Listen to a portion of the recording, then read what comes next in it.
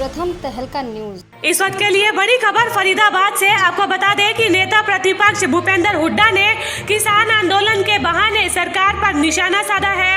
उनका कहना है कि मौजूदा सरकार पूरी तरह से फेल रही है और इसके साथ ही हुड्डा ने किसान आंदोलन के समर्थन में बयान देते हुए कहा है कि किसानों की मांगे जायज है और सरकार को उनकी मांगे पूरी करनी ही चाहिए। आपको बता दें कि नेता प्रतिपक्ष भूपेंद्र हुड्डा ने जेजेपी पर भी निशाना साधा है। उनका कहना है कि जेजेपी कुर्सी और किसान के बीच में फर्क नहीं कर पा रही है और जेजेपी किसानों की बजाय कुर्सी के लालच के संग खड़ी है। इसके साथ ही भूपेंद्र हुड्डा ने किसानों पर हुए लाठीचार्ज को दुर्भाग्यपूर्ण बताया है। ये इस वक्त की बड़ी खबर है। एक बार फिर से आपको बता दें कि नेता प्रतिपक्ष भूपेंद्र हुड्डा ने किसान आंदोलन के बहाने सरकार पर निशाना साधा है। उनका कहना है कि मौजूदा सरकार पूरी तरह से विफल रही है और इसके साथ ही हुड्डा ने किसान आंदोलन के समर्थन में बयान देते हुए कहा है कि किसानों की मांगे बिल्कुल जायज है और सरकार को उनकी मांगे पूरी करनी ही चाहिए।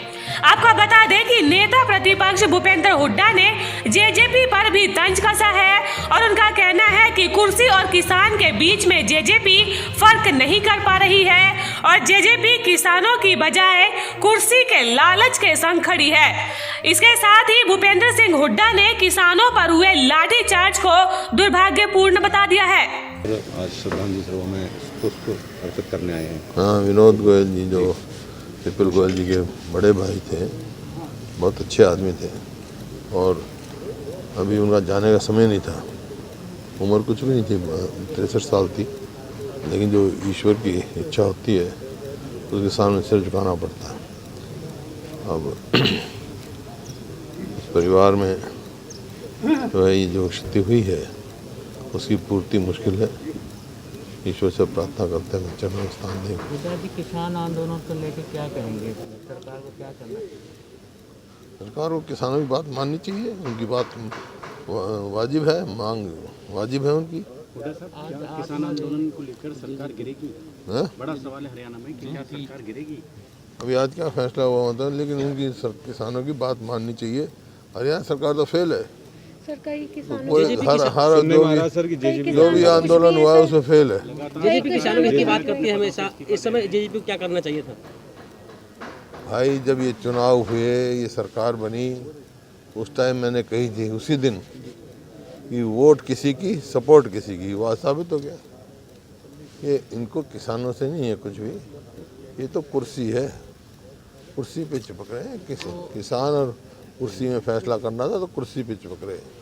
किसानों के ऊपर वाटर कैनन और बल का लाठीचार्ज का प्रयोग किया गया, क्या मानते हैं सर?